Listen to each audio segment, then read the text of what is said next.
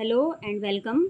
आज के इस वीडियो में हम बात करेंगे ड्रामेटिक आयरनी के बारे में। तो चलिए जान लेते हैं क्या है dramatic irony. Dramatic irony is a literary device. ये एक लिटरेरी डिवाइस है।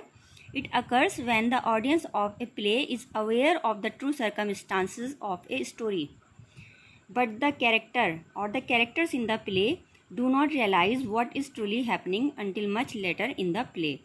इसमें क्या होता है, ड्रामेटिक आयरनी का यूज़ कब होता है, जब प्ले के ऑडियंस को पता होता है कि कहानी में क्या घटनाएं घट रही हैं, सारी सच्चाई से वो वाकिफ़ होता है, उसे सारी सच्चाई पता होती है। जबकि प्ले के जो कैरेक्टर होते हैं या प्ले का जो कैरेक्टर होता है वो इन सब चीज़ों से अनजान होता है और सच्चाई उसे बहुत बाद में जाके पता चलती है। तो वहाँ पर ड्रामेटिक आयरनी का यूज़ होता है।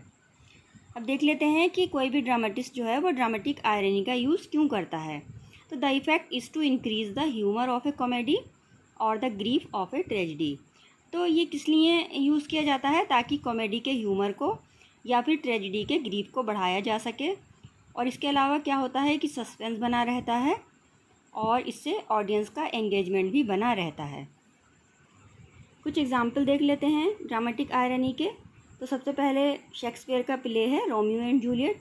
इसमें क्या होता है कि ऑडियंस को ये पता होता है कि जूलियट जो है वो सो रही है, जबकि रोमियो को लगता है कि वो मर चुकी है।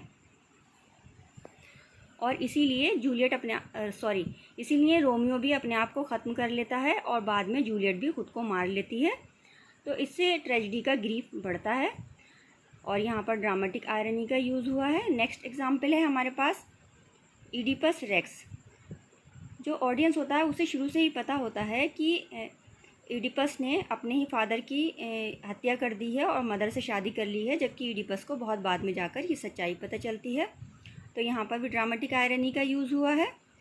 नेक्स्ट एग्जाम्पल है मैकबेथ से। शेक्सपियर का प्ले है मैकबेथ। इसमें कहाँ पर ड्रामेटिक आयरनी का यूज़ हुआ है, जब किंग डंकन ये दिखाता है कि उसे मैकबेथ पर कितना भरोसा है, और जबकि ऑडियंस को ये पता रहता है कि मैकबेथ और लेडी मैकबेथ दोनों मिलकर किंग डंकन की हत्या का प्लान बना रहे हैं।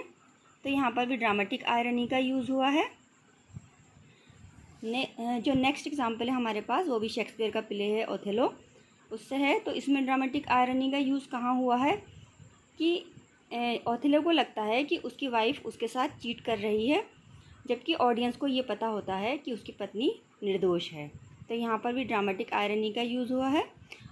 आपको आई होप क्लियर हो गया होगा कि ड्रामेटिक आयरनी क्या है, और इसके एग्जाम्पल भी आप देख चुके हैं। Thanks for watching.